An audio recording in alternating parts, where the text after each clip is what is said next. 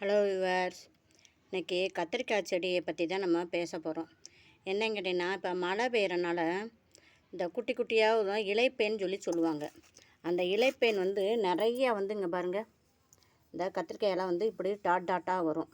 Dot டாட்டாக பின்னாடி கருப்பாக அப்படியே மாற ஆரம்பிச்சிரும். இந்த பாருங்கள், இப்படி மாறி இருக்கு பாருங்கள். இந்த அப்படியே கருப்பாக மாறிடும். இப்படி மாறிச்சுன்னா சரி, செடியில் பூவும் வராது, காயும் வராது.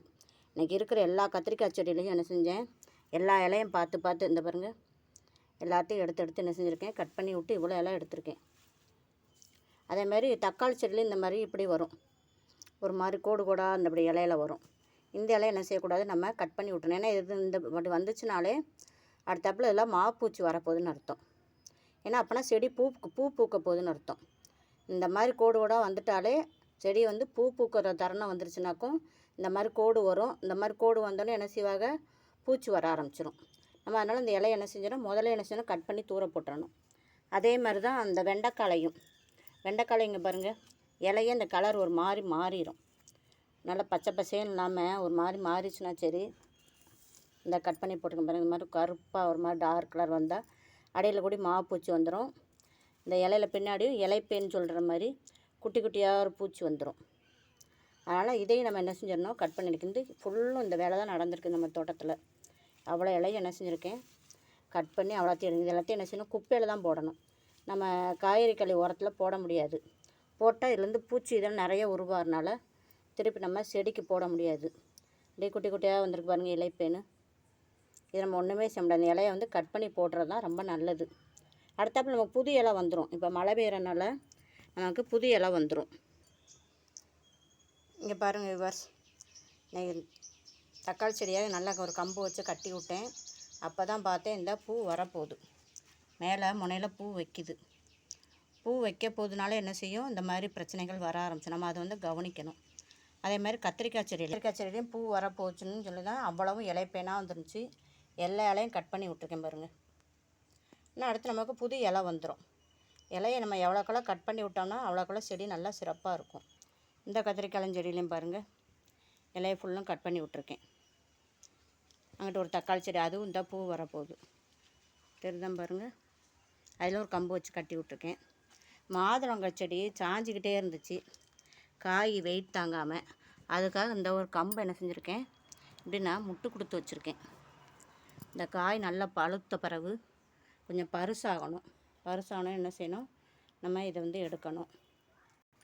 இங்கேயும் பாருங்கள் விவஸ், இந்த கத்திரிக்காய் செடி, இந்த மாதிரி இந்த தக்காளி செடி, அப்புறமா இந்த அவரைக்காய் செடி மாடி மேலே போய் பாருங்கள், மாதிரி பீக்கங்காய் கொடியில் இதில், அப்புறமா இந்த மிளகாய் செடி, இங்கிட்டு இருக்க கத்திரிக்காய் செடி, எல்லா கத்திரிக்காய் செடிக்கும் இன்றைக்கி என்ன செஞ்சுருக்கு, டிங்கரிங் வேலை, டிங்கரிங் பஞ்சரிங் சொல்லுவாங்கள்ல, அந்த வேலை தான் இன்றைக்கி பார்த்துருக்கு.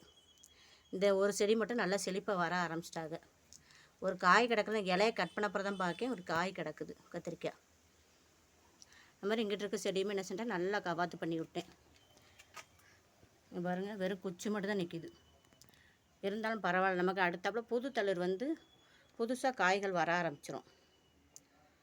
இதை நீங்கள் ஃபாலோ பண்ணுங்க. கத்திரிக்காய் வளர்க்குறது, தக்காளி வளர்க்குறதுல, வெண்டைக்காய் வளர்க்குறதுல இதை நீங்கள் ஃபாலோ பண்ணுங்கள். இங்கே பாருங்கள், மல்லிகைப்பூ பதியம் போட்டோம்ல, அது நீளமாக வளர்ந்துட்டு கீழே தரையை தொட்டுச்சு. அதுக்கு ஒரு கம்பி மாதிரி முட்டு கொடுத்து அதை வச்சு கட்டி வச்சுருக்கேன். அப்படியே நல்லெண்ணெய் உயரமாக போகும். இந்த முனையை கட் பண்ணிவிட்டால் பக்கம் சிலும்படிக்கும். வேர் விட்டுருச்சா என்னன்னு தெரில, வச்சு எவ்வளோ நாள் ஆச்சுன்னு தெரில. நான் பார்க்கணும், என்றைக்கு நான் பதியம் போட்டேங்கிற வீடியோவை பார்த்தா தான் இந்த டேட்லேருந்து 40 நாள் ஆயிடுச்சான் பார்க்கணும். ஆயிடுச்சுனாக்கும் நம்ம அந்த பக்கம் என்ன செய்யணும், இதை கட் பண்ணி விட்டோம்னா சரி, இது புது செடி ஆயிரும். இப்போ இன்னொரு குச்சி எடுத்து என்ன செஞ்சுருக்கேன், இப்போ பதியம் போட்டு வச்சுருக்கேன். இந்த பாருங்கள் விவர்ஸ், இங்கே பாருங்கள் விவர்ஸ், இங்கிட்ட ஒரு 2 குச்சி எடுத்து என்ன செஞ்சுருக்கேன், ஒத்தமல்லி தான் எடுத்து உனி வச்சுருக்கேன் குச்சை. இதுவும் அடுத்து என்ன செஞ்சிடும், நமக்கு தழுத்துரும். இங்கிட்ட ஒன்று வச்சுருக்கேன் பாருங்கள், இது தழுத்துருக்கு பாருங்கள். இது அடுக்கு மல்லி, ஒரு வீட்டில் குச்சி ஒடிச்சு வச்சேன். 2 இலை வந்திருக்கு. நான் அடுத்து ஒரு 4 இலை வந்துச்சுன்னா வேர் விட்டுரும். இதை தனி செடியாக வைக்கலாம். நம்ம அடுக்கு மல்லியை அடுத்தாப்பில் என்ன செய்யலாம், பறிக்கலாம். இங்கே பாருங்கள் வியூவர்ஸ், இது மஞ்சள் கனகாமரம் எடுத்து குச்சி வச்சேன்னு இல்லை, 4 குச்சியில் கடைசி ஒன்று தான் தப்பிச்சிருக்கு. இந்த ஒன்றுமே வாடிடுச்சு, இந்த ஒன்று நல்லா வருது. அதனால் இது ஒரு பெரிய வாளி, ஓட்ட வாளி இருந்துச்சு, அதில் மண்ணை போட்டு வச்சுருக்கேன். ஏன்னா அது கனகாம்பரம் மஞ்சள் கலர் நல்லா பெருசாக வரும்.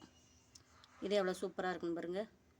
ஏன்னா நல்லா மழை தண்ணி பட்டுச்சுன்னா சரி நல்லா சிறப்பாக வர ஆரம்பிச்சிரும்.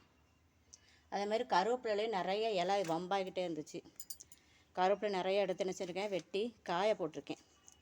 அதுவும் முட்டத்தோடையும் நாளைக்கு அரைச்சி செடிகளுக்கெல்லாம் உரமாக கொடுக்கணும். உலர் உரமாக கொடுத்தோம்னா சரி செடி நல்லா சிறப்பாக வரும். இந்த கவாத்து பண்ணி விட்டால் இலையெல்லாம் நல்லா பச்சை பசேன்னு இருக்குது பாருங்கள்.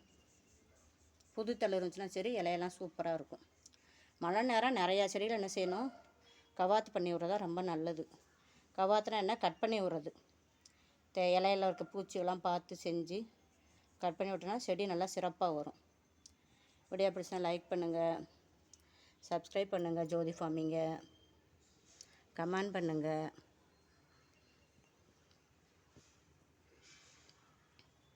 எவ்வளோ சிறப்பாக வந்திருக்குன்னு பாருங்கள்.